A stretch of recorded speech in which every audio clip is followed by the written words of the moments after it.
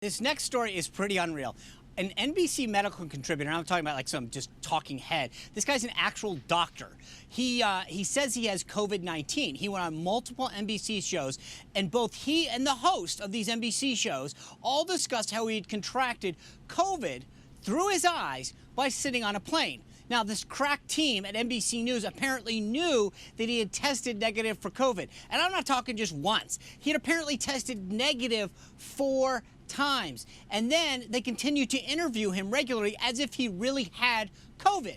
This guy, Dr. Joseph Fair, has now admitted that he did test negative for COVID, but he also tested negative for the antibodies, meaning he's never had it. He tweeted this: "My undiagnosed suspected COVID illness from nearly 2 months ago remains an undiagnosed mystery as a recent antibody test was negative.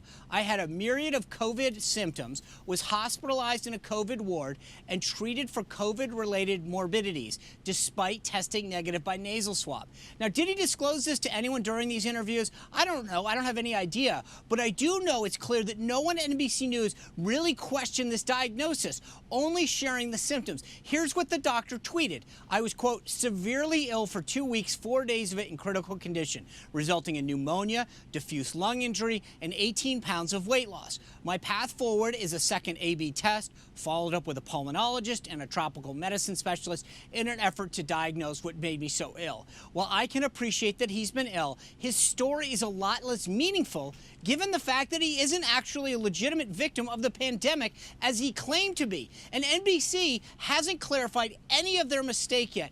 And why not? That's why I want to bring in former CNN anchor and brand journalist Heidi Collins. Heidi, welcome back to the show.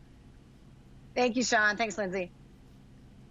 All right, so there's 2 things that I think are fascinating about this. Number one, a doctor, a medical doctor, lied. He knew he didn't have it. I don't care how many symptoms you have. There's a test, and if you don't have it, you don't have it. And so for him to go on claiming to be a victim of the pandemic, of coronavirus, is a falsehood. Second, all of these hosts, Chuck Todd, Craig Melvin, Hoda Kotb, all perpetuated the myth and talked about this. And they undermined things like flying on an airplane because they assumed that he got it from there because they didn't do their job. And so the thing that I think is fascinating, I want you to first comment on, is while he's tweeted a couple times, as I just noticed, NBC News and Chuck Todd and all those other people have said nothing. The story's still up. We contacted NBC News. We reached out to Chuck Todd. Nothing. What obligation do they have to be honest with their viewers? I know they're all big into the truth, so what obligation do they have, Heidi? Oh, Lord. I mean, the hypocrisy is just absolutely undeniable. Never let facts get in the way of a good story, right? I mean, isn't that what journalism is all about? I mean, why on earth should Chuck Todd have to come forward? And by the way, as you well know, both of you, we have talked about his tactics, if you will, journalistically or otherwise on this show before. There never seems to be anywhere near the same amount of importance placed on an apology or a correction as there is when there is something so egregiously and flat out false as something like this. I don't know why the whole network isn't coming out. I don't know why Dr. Fair isn't coming out and saying, hey, you know what?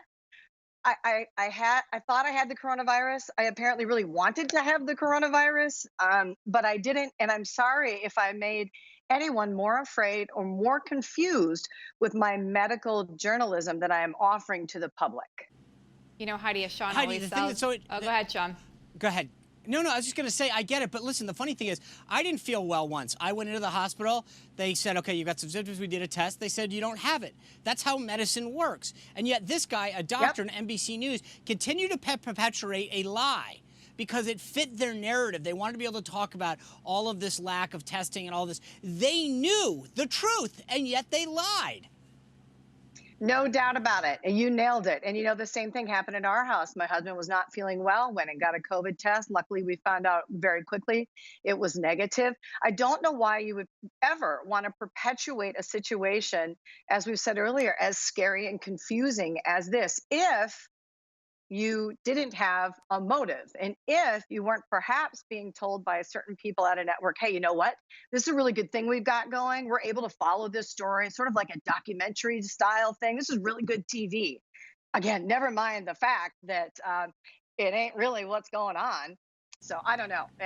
I hope to hear more from the doctor, from the network. I wonder if he'll continue to work there. Will he still be deemed as credible? Uh, I wouldn't believe him.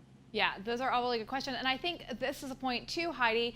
They have still reports up on their website. So it's not only the host and anchors who have not revised statements, but there's reports on May 14th of Dr. Fair's entire journey. Do you think that those should be revised? Should they put an update on those and say, hey, this is actually incorrect, or even just take it down?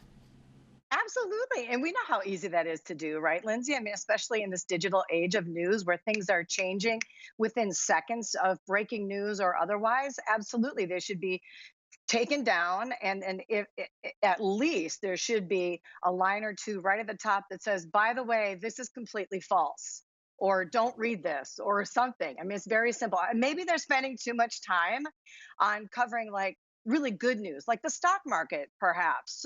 Today, we've got incredible numbers out there. Nobody's talking about that. It's not on anybody's website. CNN, MSNBC, NBC.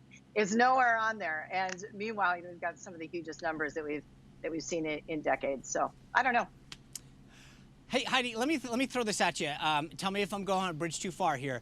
But back a little while ago, I think it was a year plus now, NBC News had their chief medical person, Dr. Nancy Schneiderman. They fired her for sort of misbehaving when she may or may not have had I think she had a disease or something.